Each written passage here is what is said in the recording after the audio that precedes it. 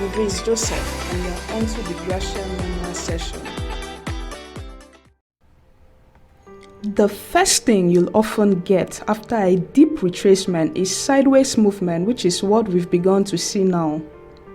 The market needs to consolidate, let the bulls and bears battle for dominance until we have a reversal into an uptrend or resumption of the short-term downtrend.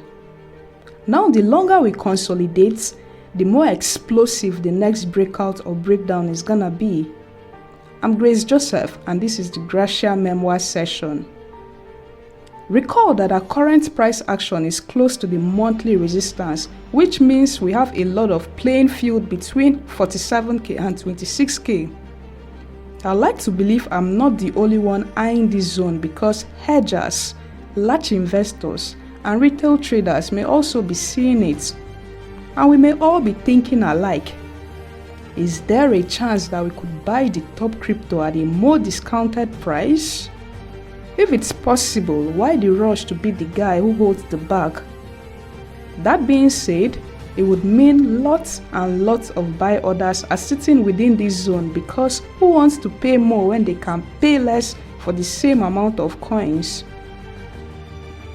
Now, the nonchalant attitude of most traders to buy at the current level also tells me the bears are likely to be more aggressive.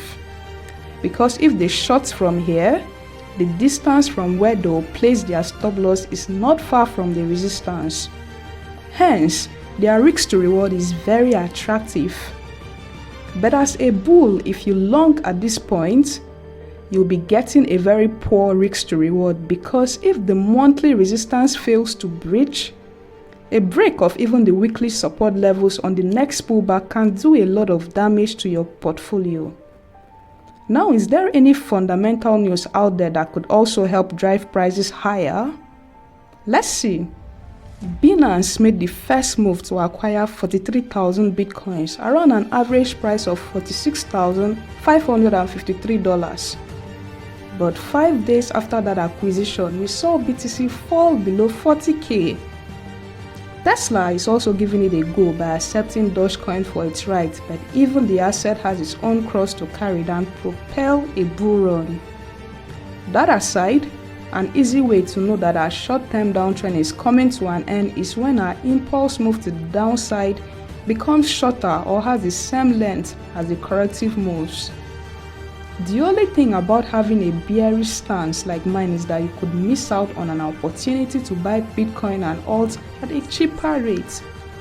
That's because a breakout above 48k would trigger large buy orders waiting at that level. Also, stop loss orders from shorts will convert into buy orders, thereby propelling the market even further. Nonetheless, I'm not ready to throw caution to the wind since the same thing may happen if we break below our current level.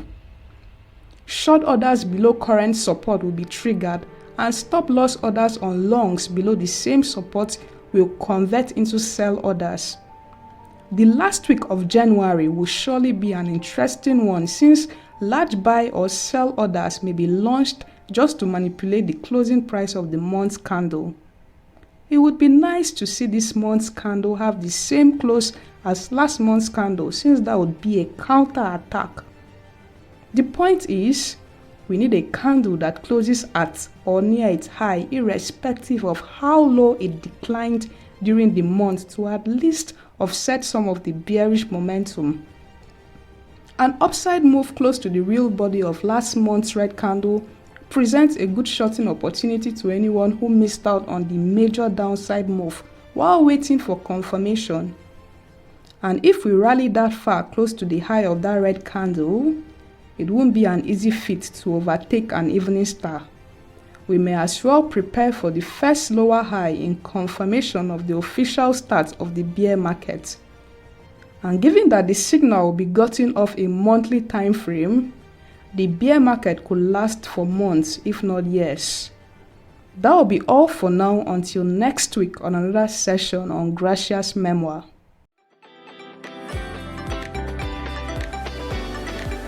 I'm Grace Joseph, and you're onto the Gracia Memoir session.